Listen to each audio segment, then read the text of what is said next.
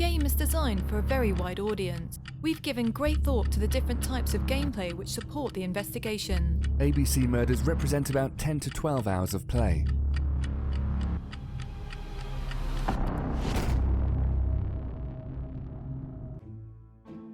Who is the actor who best portrays Hercule Poirot? From all the cinema and television work based on Agatha Christie's novels, we all remember Peter Ustinov as Hercule Poirot.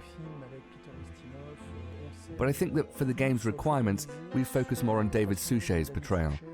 The actor who best portrayed his behaviour and mimics. The first time I saw him, I said, "It's him!" And there is also a much more subtle psychological aspect than in some other films, which are more light-hearted or funny.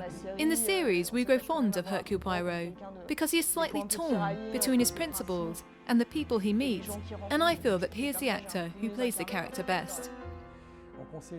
Therefore, we focused on his movements and his manner of speaking, which we've tried to reproduce to the best of our ability in the video game. To create the characters, we called upon Daphne Collignon, a comic strip artist who was a great fan of Agatha Christie. She really helped us define the character's visual identity and proved to be a mine of information on the subject of the clothes worn at the time, being herself greatly interested in these types of detail.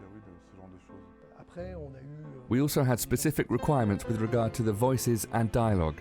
The characters are all English apart from Hercule Poirot, who is a Belgian detective. Therefore, we started out with a French actor who spoke good English and added expressions at the end of his sentences, such as d'accord, mon ami, or voyez-vous, in order to give the character a slight francophone touch. Return to London, mon cher Hastings. One last word to finish.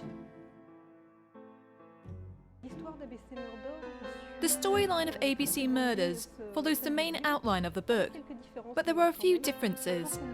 It is important for players who know the book to have a few surprises, so that they can say, "Ah, so it isn't what I thought after all.